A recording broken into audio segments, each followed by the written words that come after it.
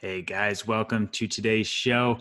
This week, we are actually talking all about, is your training program balanced? And this is something I wanted to do a full week series on because this is one of the biggest problems people run into when it comes to limiting their ability to properly progress and sustain results over time when it comes to their exercise and their fitness. Because most people are unsure of what to be doing in their training. Most people either blindly follow generalized programs they find online, or they just randomly choose what they're going to do that day based on how they're feeling with no long term plan or structure. And this leads to watered down results in their training and in the progress that they're making. So, having a balanced training program is essential to maximizing both your performance and your longevity when it comes to your fitness. And in this 4-part series we're doing, I'm going to be covering the 4 biggest programming imbalances that I see across the hundreds of training programs that I've reviewed and helped people improve upon. So today we're going to be talking about push versus pull. And this might be familiar stuff to a lot of you guys, and it might be something that's totally new. So I want to talk through the difference between push and pull, give you some examples, and give you guys some practical steps to take and implement with your own program. So push versus pull, when people say push pull program, that's talking pushing movements would be things that we tend to think of as presses for the upper body. That would be things like bench press, like shoulder press, incline press, any of these things where you're pushing or pressing out. Now, pulling as it relates to the upper body would be more pull-ups, rows, pull downs, those types of movements where you're pulling using your back muscles and some of your arm muscles to help pull into that position. Now, typically as it relates to the lower body, we tend to classify things like squats, lunges, and things like that as pushing exercises. And then pulling exercise would be more your deadlifts, your hinges, your swings, and those types of movements. So that's just a general background when we talk push versus pull, to give you guys enough of a background for the sake of the topic here today. And we'll talk some more specifics as we get towards the end of the show here today. But like I said earlier, most people's training programs are designed to be hard, but they're not necessarily intelligent. And a well-designed training program needs to take into account the proper balance of variety across body parts, planes of movements, contractions, not to mention the proper order of exercises, number of days to be working out, progressive overload of exercise to make sure you're gradually building in intensity and results, and proper deloading when necessary to allow for your body to properly compensate and recover and build. So needless to say, there are a lot of factors they need to consider when it comes to your training. And this not only affects your progress in the short term, but it greatly affects how sustainable your training program and results are over time. I get it though. Programming is tough. To actually write out a really well-designed program is not easy. And you probably don't give much weight to how well your program is laid out or what you're necessarily doing beyond just what's on the schedule today. But blindly following a general program without a long-term plan in your training is a recipe for mediocre results at best, or at worst, pain, injury, and setbacks. And I want to highlight, as it relates to push-pull, one of my coaching clients, Sean, who came to me with a goal of trying to add some more weight to his bench press, but was limited in doing so because of nagging shoulder injuries, ongoing history of shoulder injuries that have been plaguing him for several years. And at first it would be something that would kind of flare up here and there, would rest day, would go away. And then it got to the point where rest wasn't helping. And he wasn't able to do much of any bench pressing, much of any shoulder work at all.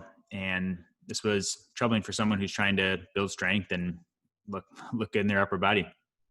Now with Sean's program, when first thing do with any of my clients is look at it. We want a program audit. What are they currently doing? What are they currently working through? What's their setup like?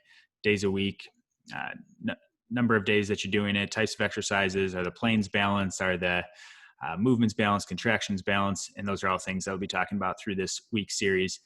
But for him, there was a big imbalance between pushing and pulling. So when the goal is to build your bench press, then the program often reflects a lot of bench press and similar related movements. So bench press, incline press, shoulder press, flies, and those are the types of things we saw heavily in his program. Now, the only pull stuff to really compensate it was mostly just pull-ups. And there's this big imbalance between pushing and pulling. When you have all these pressing exercises, all these pushing exercises like Sean did, but a lack of pulling exercise. So more rows, pull downs, upper back work, lower back work. This posterior chain stuff becomes super important because not only is this going to help keep your shoulders healthy, keep your body healthy, but people don't realize the amount of back movement that's needed to build a stronger chest and how these front to back muscles work so closely together. So that's important to know. Whether your goal is long-term health and sustainability and feeling good, then you definitely need proper push and pull balance. Now, if your goal is just to get stronger and look better, you still need proper push and pull balance. So it's not something that you have to try and figure out based on your goals where it fits in. Just think more balance in general. You don't want your program to be too biased one side or the other. Even if your goal is more a pushing goal or a pulling goal, you still want that to be balanced to see the best results. Now, another thing I noticed to take note of with Sean's program is that there was also a lack of vertical to horizontal balance. So a lot of horizontal pressing, which would think in the straightforward plane, things like bench, push-ups, flies, a lot of this forward back type movement. And then for his pull work was a lot of vertical pull work. So just pull-ups primarily. Now want that to also be balanced vertically to horizontally. So think vertical plane instead of just pull-ups would also be more row work. Instead of just horizontal pushing, bench work would be more overhead shoulder work. So that's some other things you want to keep in mind too, is it's not just push and pull, it's also vertical to horizontal, and especially as it relates more to the upper body. So needless to say, got Sean going on a much more balanced program. And within the first couple months, he was out of shoulder pain, feeling good, back to benching, and on his way to building up. And I've worked proactively with Sean now for probably a couple of years at this point, and he's just crushing it. He's built on his bench press back up to his goal, and just feeling better than he has and stronger than he has too, because he's getting the proper balance between the muscles that need to be helping him out. So what do you need to keep in mind when it comes to programming out some of your push-pull movements in your training, and what to look for? So first thing to note, there is no magic recipe when it comes to this. Some people, if you read out there, some people will throw out numbers like you should aim for a 2-to-1 pull to push ratio. So for every one pushing exercise, you should have 2 pulling exercises. Now, in general, I don't think this is a bad recommendation by any means, because I think people's programs tend to be biased the other way. So if you were to take note of, if you looked at all your exercises you've done over the past week, wrote down how many you did that were push, how many you did that were pull, that would give you a ratio. Now, I don't think this is a bad recommendation to recommend more pull than push, because most people tend to heavily favor push exercises over pull exercises. And you can do this with your own program. You can go through and take note of where you're seeing that, but you're probably lacking in the pulling side of things. So keep that in mind. 2-to-1 ratio is not a magic recipe. There's no magic recipe or ratio, but you do want that to be more balanced than it likely is for most people that tend to see when work with them on their programming. Another thing to note is, like I mentioned earlier, don't just think push to pull, also think horizontal to vertical. So if you went through your program and jotted all the push and pulls, you get one ratio, and then you can go through again and look at, okay, how many of these are horizontal versus vertical? And is that balance lining up between horizontal push to horizontal pull, vertical push to vertical pull, and so on? So that can give you at least a really good starting point. If you do nothing else and start there and try and balance out those ratios, you're going to be off to a really great start. Now, to give you guys just a specific example on how this could look, most people would benefit from, generally speaking, if your goals are general strength, generally looking good, feeling good, most people would benefit as a starting point from keeping push and pull within the same day. So instead of doing a more common split of people will do all back on one day, people do all chest on another day, people do all shoulders on one day, I prefer starting out generally if you're trying to get strong and feel good, to keep all your push and pull on the same day. So think doing that on the same day. So let's take a 4-day split as an example. If you're training 2 days lower body, which you should be in a 4-day split, and 2 days upper body. We'll talk through how that could look. So on your lower body days, let's say you're training Monday, Tuesday, Thursday, Friday. On your lower body days, on Mondays and Thursdays, I would recommend doing push and pull on both those days. So that would be some kind of push movement for the lower body. Think things like squatting, lunging, step ups, and then pulling as well. So think deadlifts, hinges, swings, single leg deadlifts, hip thrusts, bridges, those types of things on your pull days. So I would incorporate both those in together. When you're doing your lower body days, don't separate one day into all push and one day into all pull. I would incorporate both those in together. You can have bias on one day. So if you want to do more of a squat heavy day on one and more of a hinge heavy day on the other, I'm totally fine with that. That's a little more advanced though. If you're just looking, again, if you're generally looking to get stronger, follow just the basic, do push and pull on both your lower body days. Now those other 2 training days are for your upper body. So we'll call that Tuesday and Friday in this 4-day example. Now in those, you also want to do push and pull on the same days, but make one day focused on horizontal and one day focused on vertical. So let's say Tuesday is your horizontal upper body push and pull day. Hopefully I'm not losing anyone here.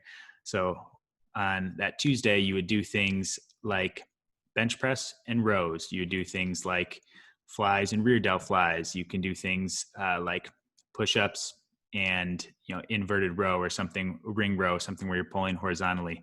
So that would be, think pairing together upper body push and pull together. And that would be in the horizontal plane on one day. And then the next day, so the next day you train upper body, say that Friday, focus more on the vertical pushing and pulling. So you're still getting both push and pull within a workout, but you're doing things like overhead press and pull downs. You're doing things like more of a, you can do a stricter incline version bench press with some pull-ups or some kind of banded straight arm pull down. There's a lot of examples of how that can look, but think pairing vertical movements together. And that's an easy starting point for most people. Is this going to be applicable to everyone? No, but for 80, 90% of people that come to me with their general programs, most people would benefit from something like this as a general starting point, just to get some more balance as it relates to push and pull. So hopefully that's helpful. Hopefully that gives you guys at least a jumping off point for something like this and how to structure some of that. And I can't harp on it enough. The importance of having a solid and well-developed program specific to you and your needs cannot be taken lightly. And I see this on a daily basis at our performance PT clinic. I see people coming in with pain, injury, and we talk about their programs, what they've been doing for the last couple months, couple years. And these imbalance programs lead to other imbalances in your body that will eventually cause pain and injury. Now, it's not just the pain and injury though. I see that, I said, every day in our PT clinic. Also see this on a daily basis with new coaching clients reaching out that I get to work with through Men Made for More coaching. And staler general programs lead to staler general results. Upgrading my clients' programs jumpstart their results and how they look and feel in amazing ways. People like Sean, within a couple months, are feeling and looking so much better because you're just giving your body what it needs. Now imagine having a well-rounded, balanced, and effective program specific to you and your individual needs. Imagine making the progress you're after inside and outside the gym for decades to come. And all that's possible with a challenging but intelligent program. Those two can go hand in hand. It can be challenging and it can also be intelligently designed. And if you're interested in having me look over your program, I got an offer for you guys. Head on over to the link in the show notes to sign up for a free training program audit. I'd love to help you guys out with it and help let you know where your program can use improvement to help you reach your training goals. Hope this is helpful today, guys. Stay tuned for parts 2, 3, and 4 coming at you this week, talking about some of the other areas that people tend to be the most limited. But thanks for listening today, guys, and I'll talk to you soon.